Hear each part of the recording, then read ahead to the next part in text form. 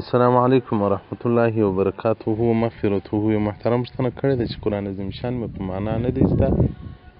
نو که زه اوس قرآن عظیم شان په معنا زده کومه وایم یې، نو په کال کې به یو وار ختمیږي، او که دغسې تلاوت کومه په کال کې 2 3 واره 4 واره ختمیږي. کوم یو زما دپاره خیر دی؟ محترم الله جل جلاله دې زموږ سترګې په قرآن مشغوله وګرځوي. دا بې ضرورتونو څخه روایت یې رسول الله صلی الله علیه وسلم مبارک رتول یا ابادر یا ابازر غفاری، سهار یو آیات قرآن زده کې خیر لک من ان تصلی 100 رکعت، دا خیر دی تر دې چې ته 100 رکعت لمونځ کوې. او که سهار یو باب د علم زده کې عمل به او لم يعمل به، که عمل ورباندې وکړي که نه وکړي، خیر لک من ان تصلی 1000 رکعت، دا خیر دی تا ته تر دغه چې ته 1000 رکعت لمونځ کوې. او دغه رنګه د سهل بن معاذ څخه روایت دی، له خپل پلار څخه روایت کوي چې رسول الله صلی الله علیه وسلم فرمایلي دي: من قرأ القرآن وعمل به، که چا قرآن تلاوت کاوه عمل یې ورباندې کاوه،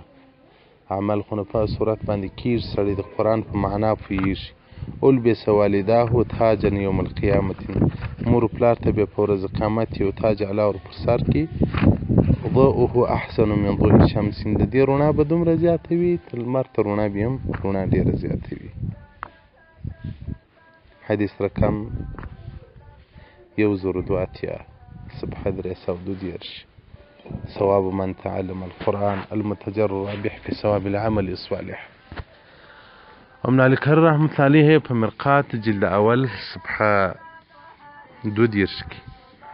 رقم د حدیث 2144 د دې په تفصیل کې وایي قرآن په تدبر او په معنا سره ویل دا افضل دي ډېر. خو داسې نو ما کوي چې دا اوس بعضې قرآنونه په پښتو، بعضې په فارسي، بعضې په اردو، بعضې په انګلیزي، په دغو باندې ترجمه سوي دي. نو یو سړی وایي زما خط زده دی، بس نو زما د قرآن ترجمه هم زده ده. د قرآن ترجمه دومره غټ علم غواړي او استاذ غواړي. یو وخت یو خور زما څه پوښتنه وکوله، او په دا پېښور کې پر یو ښځه باندې د قرآن ترجمه کوم، مونږ د واټساپ له لارې یې کوم، که د هغې کور ته ورځم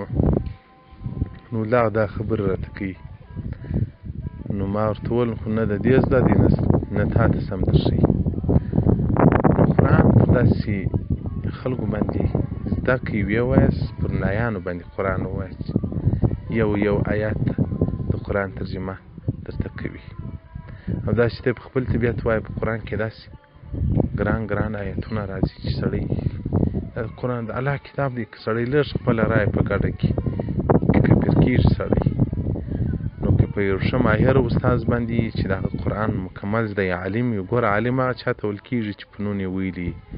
دستاربندي یې کړي، دغه نو نه دي ملایان چې دغه یو ښځه ده خالي د قرآن ترجمه یې زده کړې ده، یا یو امیر د قرآن ترجمه یې زده کړې ده. دا سلفیانو دغه غیر مقلدین خو دا ترجمې د عوامو ته ور زده کوي، نور په دین کې ور پیشنهاد هم نه لري، بس د قرآن ترجمه هغه هم دی زده یې هم ځان کې کافر کړي هم بل کافر کړي.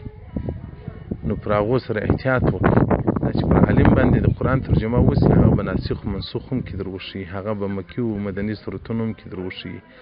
هغه به په قرآن کې متشابهات هم در وښیي چې دا له متشابهاتو څه دي، په دې باندې باید سړی کار نه ولري. هغه به په قرآن کې د قرآن ظاهر و باطن به در وښیي. نو قرآن عظیم شان دومره ګرانه ترجمه ده، خو د یو کال نه 2 نه 3 نه 4 نه 5 6 کاله مې کلیواله ته د قرآن عظیم شان ترجمه کوله، او په کال کې به مې یو وار دا د برات په میاشت کې غټه ترجمه کوله، د اخته روژې 25 به مخلاص که طالبانو دپاره. نو په هغه کې مې تفسیر روح المعانی و روح البیان و مظهري و قرطبي و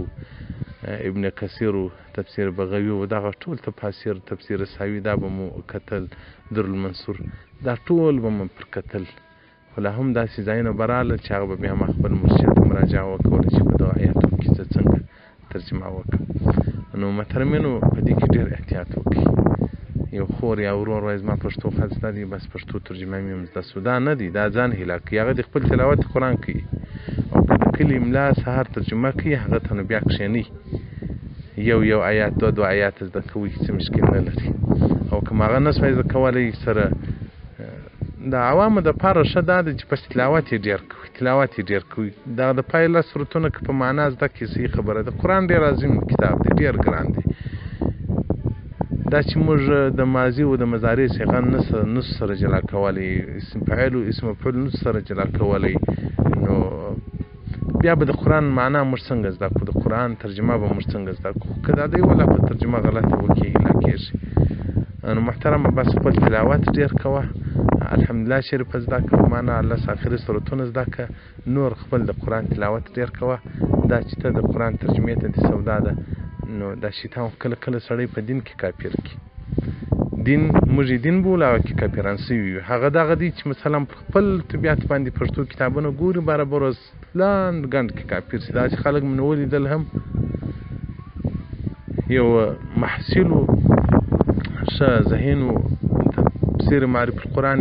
مطالعه کوه یو وخت له ما څخه پوښتنه وکول باره ما ورته وویل مال په دې شیانو ته لاس مه ووهه دغه معرف القرآن باندې ته نه پوهېږې دا ډېر تفسیر ډېر ګران علم دی هغه ولاړی پسې غیر مقلد سو اوس پسې لاړی پسې داعش سو له ځانه ما چې ټول مسلمانان کافران بولي نو محترمه خپل تلاوت قرآن کوه دا تشویش مه کړو چې زما ولې قرآن په معنا نه دی زده نه دی زده الله په دې نه یې مکلف کړی چې خامخا به په معنا زده دومره فرض دی چې سړی لمونځ ورباندې کوي لکه سورة الفاتحه او 3 آیاته قدر نور قرآن چې څونه زده کوي هغونه خیر دی او په معنا باندې موږ نه یو مکلف چې که نه وزده نو سړی کافر دی که نه وزده سړی به دوزخ ته ځي تلاوت باندې موږ مکلف شي تلاوت به وکړو او عمل ورباندې وکړو والسلام علیکم ورحمة الله وبرکاته ومغفرته